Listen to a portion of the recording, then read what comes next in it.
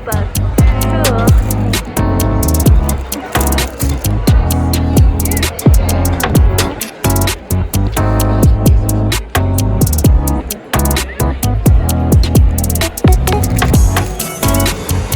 Better. All right.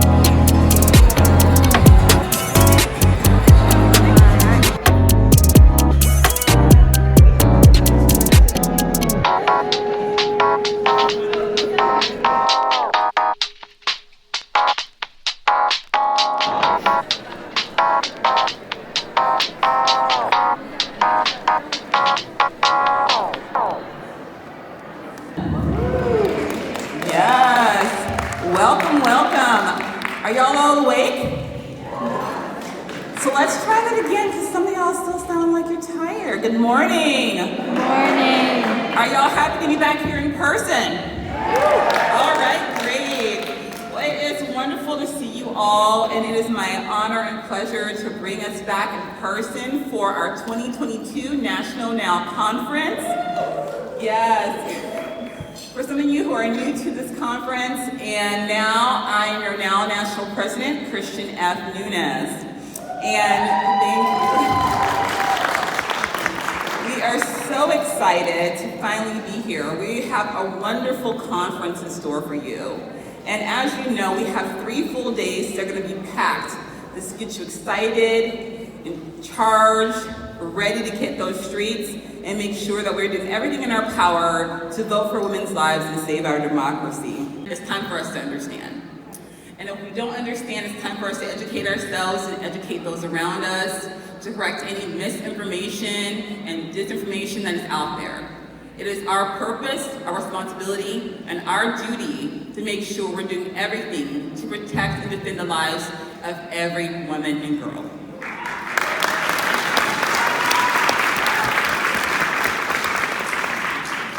There is so much we can do as activists. You can attend and organize a Ban Off Our Values rally. You can work in your local chapter. You can work in the states with legislation. You can make phone banks. You can do calls to your Congress. There are so many things you can do. But what I really want to get to the point is that everything matters. It is so important. In every role, you have assets to contribute to the overall good of bringing this world together and women's equality and protection for women. So don't ever feel that what you contribute is not good enough, because it is, and it is needed. And we need all of you in this fight. We need all of you to come forth and work with us now in your chapter, your local chapters, and even your collaborative partnerships or other organizations, to make sure that we are working hard to save women's lives. This time is so crucial. This midterm is so crucial. We have so much work to do. Don't be afraid to step out. Don't be afraid to step in your own and do it in your own way, in your own purpose, in your own passion, and your own authenticity.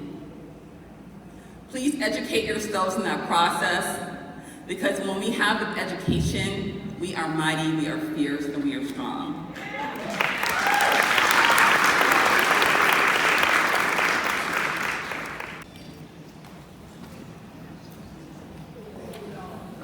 Including my own 21-year-old and 18-year-old Gen Zers who were quite pissed off, but also quite scared for all the right reasons, including my 18-year-old who had to run to be with a friend who believes herself to be pregnant. And even in a city and in a state that has protected the right to abortion, is terrified despite the fact that she lives in that city, right? It's a terrifying time. But what hope is not inevitability. I said I didn't win. Hope is not the inevitability of the outcome, it is the possibility of the fight. And it is the fight that matters, because that's how we get to the different possibility. That's why we have to be hopeful. That's what our hope is. But right? And the thing I got from that race after I lost, but was victorious. The reminder when I walk the streets, and not just of New York. I've had some of you say, I sent you money. Y'all live in Illinois. I wasn't going to help you do anything from New York. But it is because, and I saw every child, not just girl, by the way, every child who looked at me and saw a different possibility for themselves.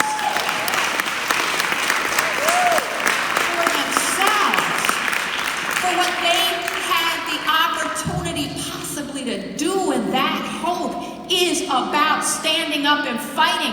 That hope is about not looking at a Supreme Court that said we will do for the first time in the history of this country the opposite of what we were sworn to do. We will take away a fundamental right rather than protect it. That's what the Supreme Court did. But it did it because an elected leader designed it to. And did it by breaking the rules and the norms to do it, and got protection from the powerful to break those rules and norms. Right? But I want to remind us, because, and I've been having this discussion with my 21-year-old, very femme, very beautiful, very nailed and eyelashed daughter. Y'all know what I'm talking about. Every now and then I'm like, can you bring your eyelashes over here, because I have this floor that needs to be swept. We have some generational divides, just saying. But my 18-year-old non-binary lesbian, right? Okay?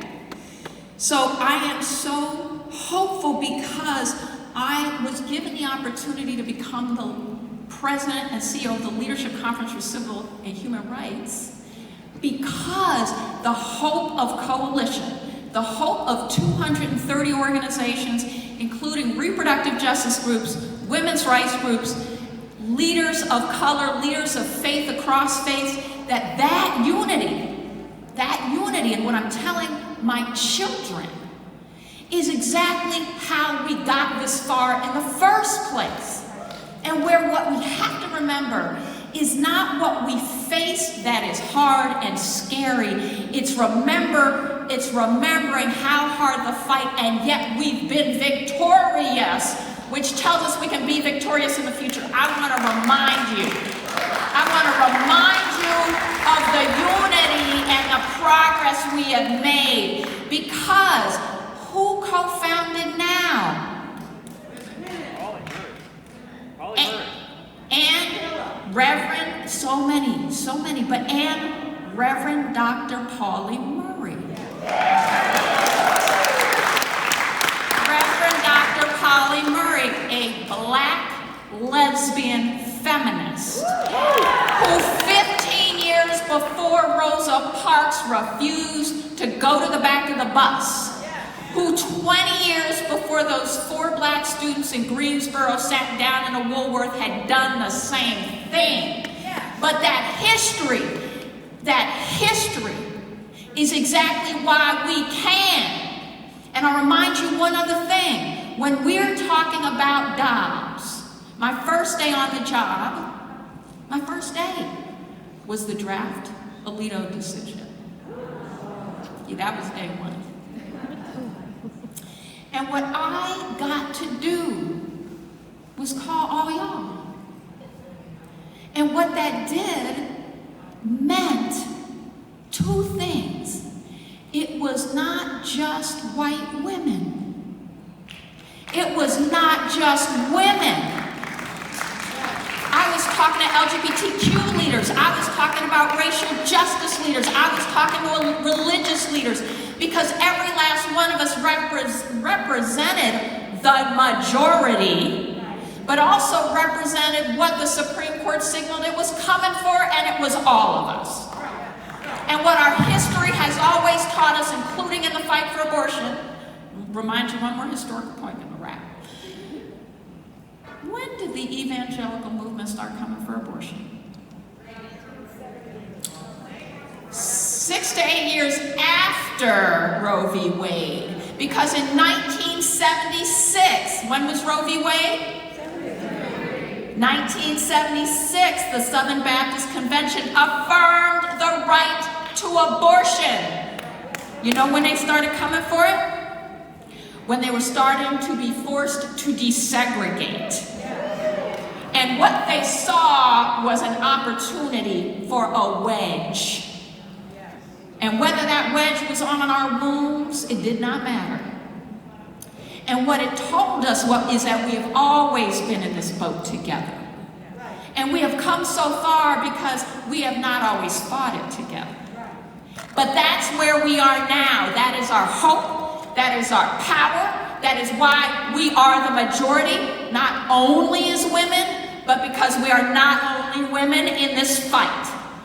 And that we will vote, but we will also unite, as our mayor said, in bravery and in boldness, because what Liz Cheney also said last night was, what did she say in her closing argument last night? Did y'all hear it? Because what she did and what she said and what she named was that the people who have been brave are women, and that the folks hiding behind a privilege that doesn't exist are 50-year-old and 60-year-old and 70-year-old men